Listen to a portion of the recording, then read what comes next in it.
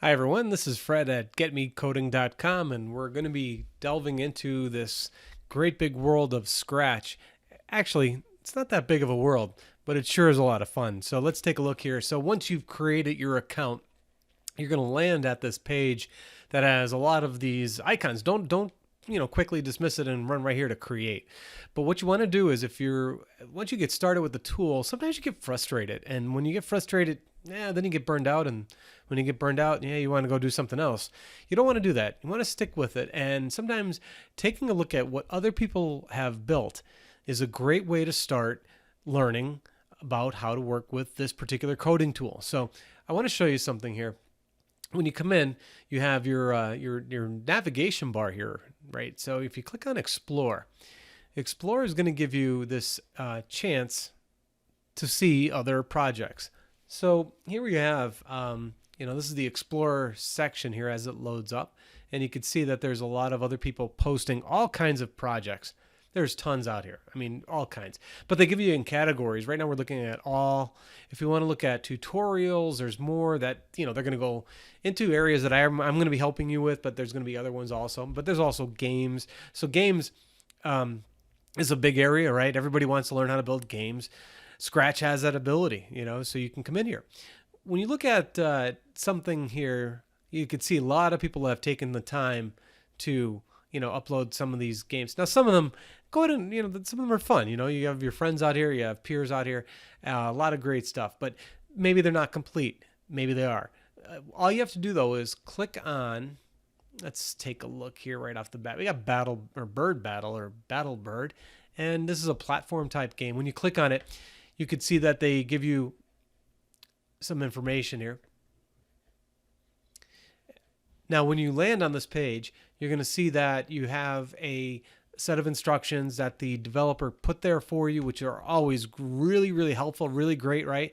You want to make sure that if you're building a game, you provide instructions. But more importantly, this is what I want to get to. This button right here, it says See Inside. When you click this, it's going to actually take you over here now, and it begins to load the project itself.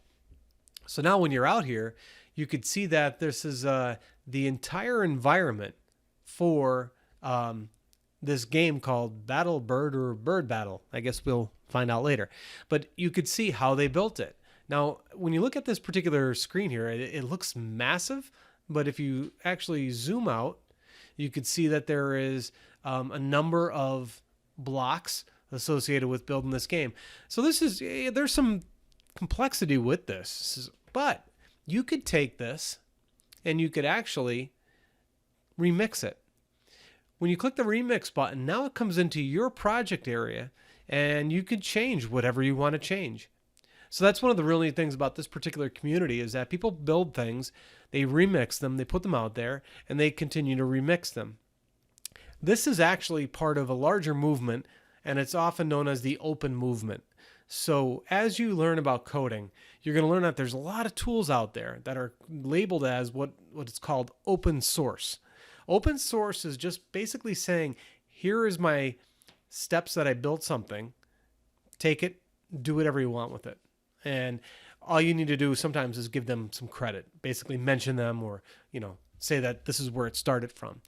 So the open code movement is alive and well here in Scratch. So you could take any of these blocks and begin to modify them. So I'm going to zoom back in, and I could see that this game, if I click this particular flag, we're going to see something here happen, and it starts to go to work here, and we could modify whatever it is. You could see that it sets the volume to 300%. So it's obviously trying to do something with my volume.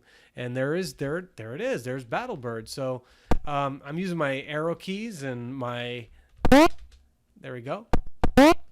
Oh, hey now. I guess I keep on stepping on those pointy jagged things. There we go. All right. So game is actually kind of fun. All right. So using the arrow keys and all that good stuff, that'll come up in some later tutorials, but I just want to once again show you that you can go out to what other people have built, you can click on remix, and then you can begin to modify these things, and you could see how these changes start to impact whatever it is appearing in your game or your animation. Hope you enjoy that.